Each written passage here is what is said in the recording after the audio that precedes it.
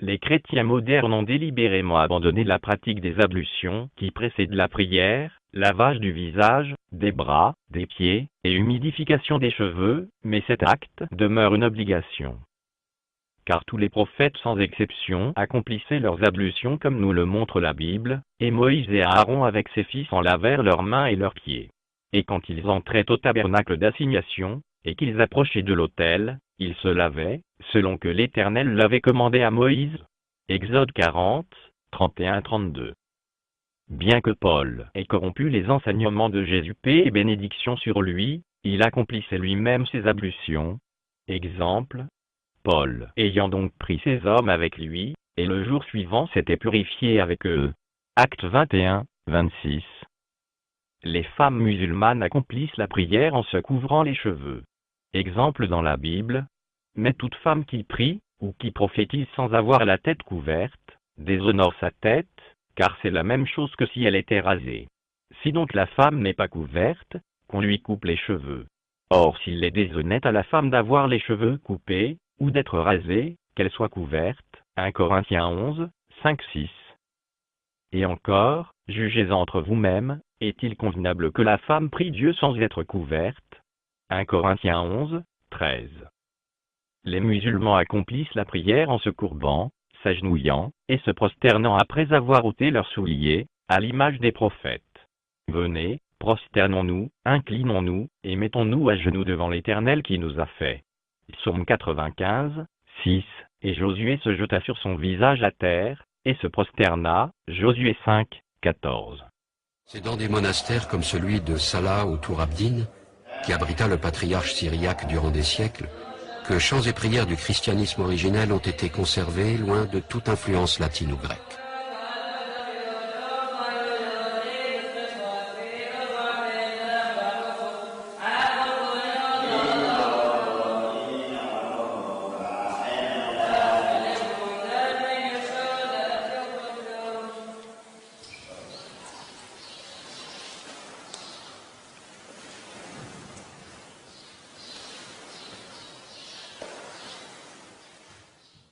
Et Dieu dit, n'approche point d'ici, déchausse tes souliers de tes pieds, car le lieu où tu es arrêté est une terre sainte. Exode 3, 5, Acte 7, 33. Autre exemple, et Élie monta au sommet du Carmel, et se pencha contre terre, il mit son visage entre ses genoux. 1 Roi 18, 42. Alors Moïse et Aaron se retirèrent de devant l'assemblée à l'entrée du tabernacle d'assignation, et tombèrent sur leurs faces, et la gloire de l'Éternel apparut.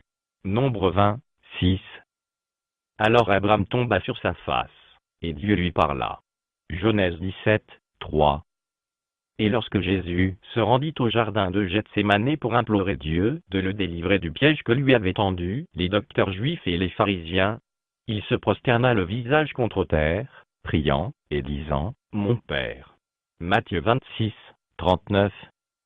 Le mot « Allah » est inaccoutumé pour un nom musulman, mais sachez que ce nom a été utilisé par tous les prophètes, depuis Adam, jusqu'à Mohammed, paix et bénédiction sur lui. Il s'agit de la contraction des deux mots arabes « al-ilah », c'est-à-dire le Dieu.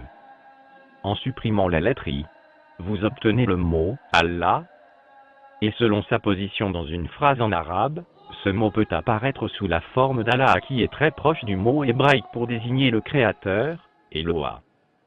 Elohim est le pluriel révérencieux d'Eloah chez les Juifs.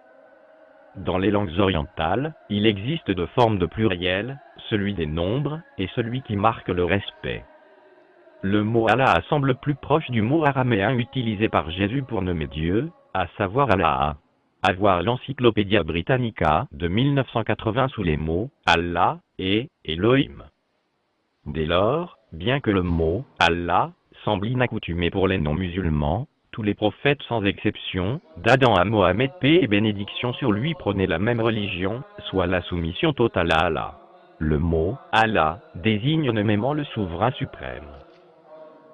Il ne peut être décliné selon le nombre ou le genre. Il ne peut donc jamais apparaître sous la forme plurielle, ou bien être décliné au masculin ou au féminin, contrairement aux mots Dieu et déesse, qui sont utilisés en langue française.